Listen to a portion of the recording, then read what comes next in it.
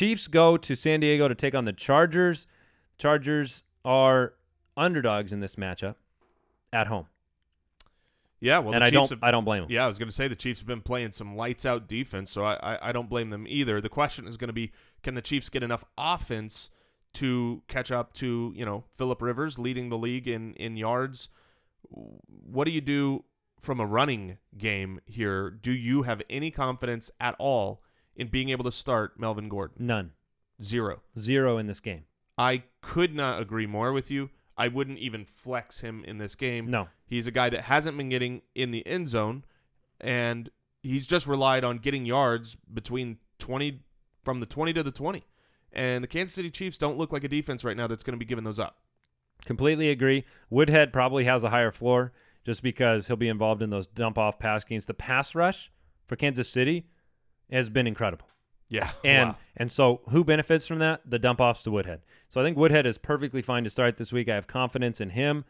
And who is the backup quarterback for San Diego? Should we throw him out there? No, I don't think so. But yeah, I understand. Going to be getting sacked. I certainly understand the point there because my goodness, I think 6 sacks last week for the Chiefs. Yeah, we both have. You have Woodhead just inside your RB1 range. I have him a little bit lower, but I think he's very startable. Rivers is a trap play to me here. A lot of people, they've been riding Rivers, and they have been succeeding with Rivers. I mean, he's been fantastic from a fantasy perspective this year. And the great thing about him is even when he's playing bad or he's in a game that he's losing, there's garbage time. There's garbage time points, and he is, the champion of garbage time this year. But this is a matchup where I don't think it's going to be – I don't think the Kansas City Chiefs are going to be up 40-15 where Phillip Rivers is going to have garbage time where he's going to be going down trying to score 3 scores in 2 minutes. Yeah. In which case, it scares me from a fantasy perspective. Rivers is a guy where if you've got the luxury to start someone else, I have him surprisingly low ranked. And the other reason I think it's a trap is because when people just look at the stats of if they're playing in ESPN or Yahoo and they look – Kansas City looks like a beatable defense total on the year because they started so atrociously. But that's not who they are anymore. No, we looked this up yesterday, and we compared the Rams defense, which a lot of people think upper echelon, and the Chiefs defense over the last 5 weeks. And the Chiefs defense has, by almost 25%, outscored them in terms of defensive fantasy points. So the Chiefs defense is on fire. I still think Rivers will have an okay fantasy day simply because they can't run the ball into the end zone. They have the highest percentage of their touchdowns that come via the pass. 91% of all of their touchdowns on the year come via the pass, and so Rivers benefits from that. But the other side of the ball is what I want to talk about. Char West is as high as he could be this week. The rushing defense for the Chargers is the worst in the league against the fantasy points. Yeah, Charizard, in terms of fantasy points given up. Charizard could finish the week as the number 1 running back. Nobody would be surprised. His floor is very high. His ceiling is extremely high. He's your start of the week, right? Char West was your start of the week. I believe that is true. He was. So, yeah, you definitely start Charizard with confidence. What do you do with Jeremy Maclin? A lot of people. Yeah, I think you can start him in this game. He's struggled. They haven't like I said, last game they were dominating Denver. They had 4 interceptions, short fields, didn't need to throw the ball. I actually think Alex Smith is a sneaky play in this game in terms of a streaming option if you had to play somebody. And I think Macklin's fine. I think Kelsey's fine. But I don't like Gates. He's my sit of the week. I don't like the other side of the ball. The Chiefs' defense is too good. So we got to move on. We got to go to the next matchup here. The Packers are taking on the Vikings, a huge division game. Oh, man. Huge. This is 5-star game. Yeah, and so I'm of the impression, and I don't want to disparage the Viking fans out there, you earned your record, right? Mm-hmm. You did what you needed to do. Yep. But I don't think you're as good as you think you are. Okay? I really don't. Now, that being said, the Packers don't seem to be as good as we thought they were either. So this game should be very interesting from both a real NFL standpoint and a fantasy standpoint. Who are you very confident in starting in this game? Let's start there. Adrian Peterson. Now, is he wide receiver, running back? What is he? He is a Hall of Fame running back going against a defense that has really been struggling on the ground the last few weeks. Yeah, they have fallen off a map because off the map. They Yeah. have started the year great. Yeah, their defense looked great to start the year. They had a couple injuries to their secondary, which kicked off kind of a domino effect of shifting around pieces and just falling apart, a complete collapse. So now this game is in Minnesota. The Packers are struggling and reeling. Now, they're a team that normally bounces back, though, right? I mean, remember the famous RELAX? Yes. It's Which like we almost got another version of this week from McCarthy. Yeah, so they bounce back, and here, if you were to pick the winner of this game, are you saying it's going to be the Packers? I think so. Yeah, I think the Packers win this game. I think it'll be close because the defense for the Vikings has been pretty good, and you have to temper that bounce back expectation for Rodgers. We expected it last week at home against the Lions. It didn't happen. I don't think you're going to go on the road to Minnesota in that environment in the division game and put up 35 points. And Vegas agrees. It's 44-point over/under. I think this game is probably a 2-touchdown game for Rodgers. I agree. So where do they go? Where do the touchdowns go? Well, I don't think that they go on the ground. I don't think you're going to have Starks and Lacey having a very good game. If you got to start one, I would start Starks. Yep. He is the starter. Yep. And I would flex Starks just for the record, just for where I have him ranked. Exactly. He's not an RB1 or probably even an RB2 this week. Devontae Adams gets so many targets. I believe he's the safest play of their wide receivers right now, but his upside is limited by his talent. Devontae, get it together. You stink. Wow. Sorry. That was painful. That was a little rude of me. Remember what happened the last time someone said somebody stunk on the show? That's why I said it. Okay, so let's go ahead and say it so I can cut the soundbite out. Devontae Adams, you stink. All right, thank you. All right, because the last time you. we made that, Mike famously now made that off-season prediction about it was another Devontae. Yeah, Devontae Freeman. Yeah. Mm-hmm. Oh, I remember. That was great. I remember. So you would play Adams over Cobb.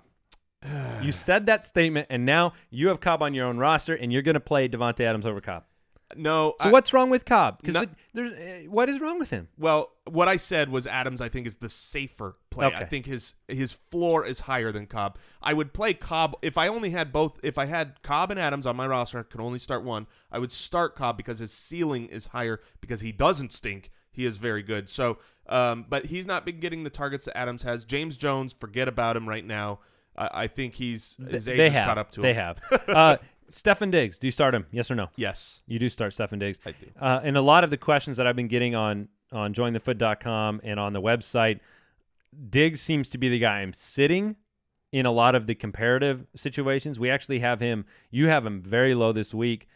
You have him outside the wide receiver 3 range. I have him at the back end of the 2 range. So flex, wide receiver 2, somewhere in that category if you don't have a better option. Yeah, I think I need to move him up a little bit in my rankings. Yeah. I see where he is, and he's too low for where I actually think this game flow works. But I would agree, he's definitely – I say start him, but obviously that depends on who you have as other options. All right, the 49ers go up to Seattle and have to endure what the Seattle Seahawks are going to do to them. They're going to punch him in the helmet. A 12.5-point favorite at home, and Russell Wilson's your start of the week. Because it just seems like his floor is so high is basically the equation there. You're not starting Gabbert. You're not starting Hyde, who will probably be out. You're not starting Sean Drone. You're not starting a wide receiver. And if you had to start anybody on this entire San Francisco roster, I guess it's Garrett Selleck. Wow. And that means stay away. Wow. I don't remember the last time I've looked at a roster and literally thought there isn't one single player or position. I wouldn't play a kicker, a wide receiver, a defense. I would not play one. I wouldn't play Selleck. I wouldn't play a single 49er. Not one. So we do start Wilson. And the Lynch-Rawls situation, if Lynch sits, Rawls is a great start. You start either one of these guys. I love the matchup here. The 49ers, I believe, are going to get treated poorly by San Francisco this week. Remember, the 49ers played the Seahawks very well a couple weeks ago. And in San Francisco. And then Seattle lost this last week. So you've got one of two things, right? Either Seattle's not as good as they think they are. They're not. Right? They're not as good. And the 49ers are better than they're getting credit for. So maybe you have this be close. Or the other option, which I'm going to lean more towards, is that Seattle really needs to send a message here after losing at home against the Cardinals, and that they're going to kind of try to boat race a little bit harder. I've got a score prediction for you. I think it'll be 24-6. I think that's going to be the score of the game. I like it. Okay. I like that. Right. I would think that Seattle will actually put up more than 24, but if the 49ers only get 6, which I don't see how they get more. Yeah, we'll see. We'll see. So Bengals at Cardinals, Sunday night football game. Big game. We thought maybe the Bengals would come in undefeated, but they lost to Houston on Monday night. Now they have to go on the road and take on a Cardinals team that just had a big win over Seattle last week. Carson Palmer, I'm completely confident. He's my number 3 quarterback this week. That's not homerism. That is Carson performing against good teams because they throw the ball. They're the second highest scoring offense in football, and so I'm not going to doubt Palmer in this matchup after he did what he did to Sherman and the Seahawks last week. Yeah, Palmer has shown that he can play against the best. I do not doubt Palmer. I do doubt his fantasy production without Michael Floyd and John Brown. Last week you saw Michael Floyd was used like the man that he is. And he was great, and he was great for Carson Palmer. 2 of the touchdowns went to Michael Floyd. If Michael Floyd is out and John Brown is limited, I just can't get behind. I mean, I've got Carson as my number 8 quarterback this week, so I'm not completely off of him. Did you move him up? No. I thought he was 12. Okay, so he's 8 now? Yeah. Okay. So I think if for some reason both Brown and Floyd sit, Ellington will be more involved in the passing game. Makes sense. But I don't know if that's a fantasy relevant statement, to be honest with you. For some people that need, Ellington is on waivers. Deeper league. Yeah. And, if Ellington is on waivers, I see people playing guys that, I would rather play Ellington over a lot of the other waiver fodder. So let me ask you this, though. Staying at the running back position, people need to know this with CJ2K, with Chris Johnson. Tougher matchup, right? Yep. The Bengals run defense is 13th in the league. Their pass defense 13th. They're a very well-balanced defense. They're not elite, but they're not, they're above average. So Chris Johnson this week, we both have pretty low. I have him at 18, so that's RB2. So I'm starting him over guys like Hillman. I'm starting him over Gordon. I'm starting him over Matt Jones and Eddie Lacy and all those guys. I have to believe I have him lower than you do. You do. You have him at 27, so outside of the RB2 range. And I think that that's fair. Chris Johnson, he's slowed down a little bit. Yep, he is slowing down against decent defenses and bad defenses. And now the Bengals come in, and the Bengals, they fell apart last week, but their defense looked great. I just don't see it. And I think that as he slows down, you just get 1 or 2 more carries. You're not giving the roll over, but a few more carries might go to Andre Ellington, which will hurt his value. I don't like Chris Johnson. I like John Stewart more than Chris Johnson. I like Langford more, Blunt more, Gore more, McCoy more. So he's still startable, but we're just saying temper your expectations in this game. Yep. Speaking of tempered expectations, if you're a Jeremy Hill owner, you don't have any anymore. Yeah. You don't have any expectations. No, and you're not going to see that improve on the road against Arizona's 4th-ranked run defense, 7th-ranked pass defense. Who do you have confidence in on the offensive side of the ball? We had our Sits of the Week segment on Wednesday, by the way. People really enjoyed the quizzing that we did on that, the questions and the Sits of the Week on Wednesday, so we're going to keep those going. Dalton was my sit of the week. AJ Green was my sit of the week at the wide receiver position. So is it Gio? Gio is okay. I mean, Mike, I believe, has him as a start of the week. We've seen running backs beat Arizona through the air. The guy that I have the most confidence in, and don't mistake this. If I had AJ Green and Marvin Jones, I would absolutely play AJ Green. But for where people have these guys on their roster and the roles that they have, Marvin Jones, I think, has a good game for Marvin Jones this week. Because Patrick Peterson is across the field on A.J. Green, and so targets are going to go elsewhere. Our defense has been very good against the tight end. So you say our? I did. You said our Well, defense. we are in Arizona. I know.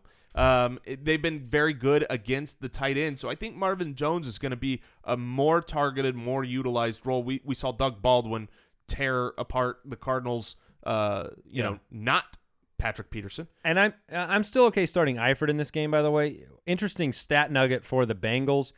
50% of their passing touchdowns are to the tight end position this season.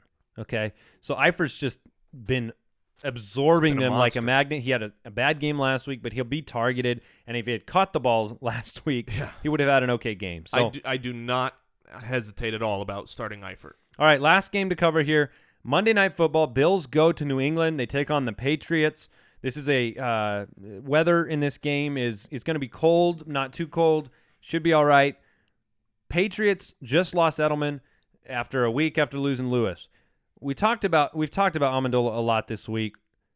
I think pretty exhaustively. One question I had to you was, how does it impact Gronkowski for the owner of Gronkowski and the owner of Brady? What are the implications here for how you see the offense playing out in fantasy and in regular? So for other guys, here's what I would expect you see. You see a slight bump up in the guys that get targets. So in LaFell, in Gronk, in those type of guys, I think you get a bump up in targets. They get 1 or 2 more targets a game.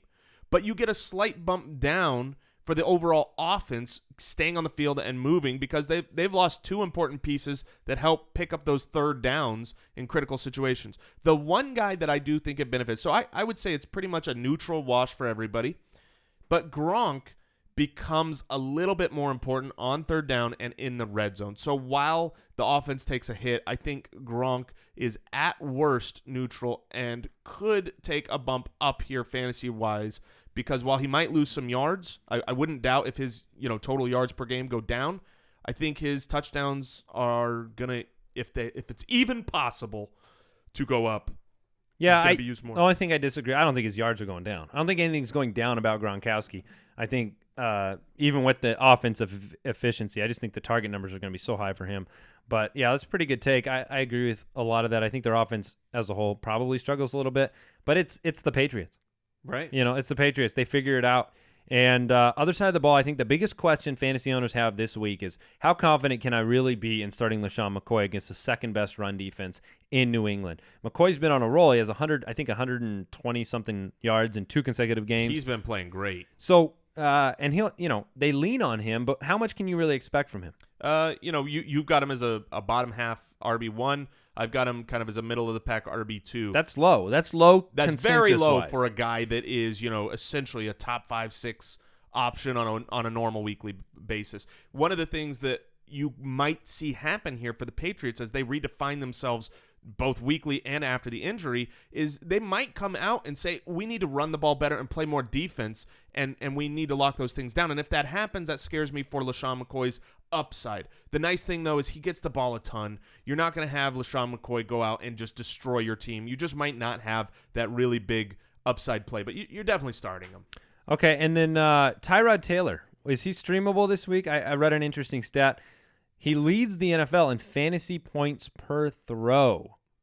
Yeah. Well, he's been very efficient. You don't see a lot of 300-yard games from Tyrod Taylor through the air, but yet you do see multiple 3-touchdown games. So, that's what you're looking for from an NFL quarterback. From a fantasy quarterback, it's great to lead in fantasy per throw, but you want a lot of throws then, and he's not getting them. So in this game, you saw him beat the Patriots, well, not beat the Patriots, but you saw him have a great fantasy game against the Patriots earlier this year. The one thing I warn about that is he got off to the worst start ever against the Patriots, and then really it wasn't garbage time because they were coming back in the game, but it was late in the game with a different type of scheme that he was able to succeed on. So I think he has both a good game and a bad game. I've got him scheduled for 3 interceptions, but a decent amount of yards on the ground.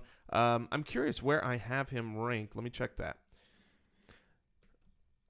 I have Tyrod Taylor as my 19, and you have him as a 13. So I think there's better streaming options out there. He's a guy that wouldn't surprise me if he has a great game, but I'm not going to try to predict that this week.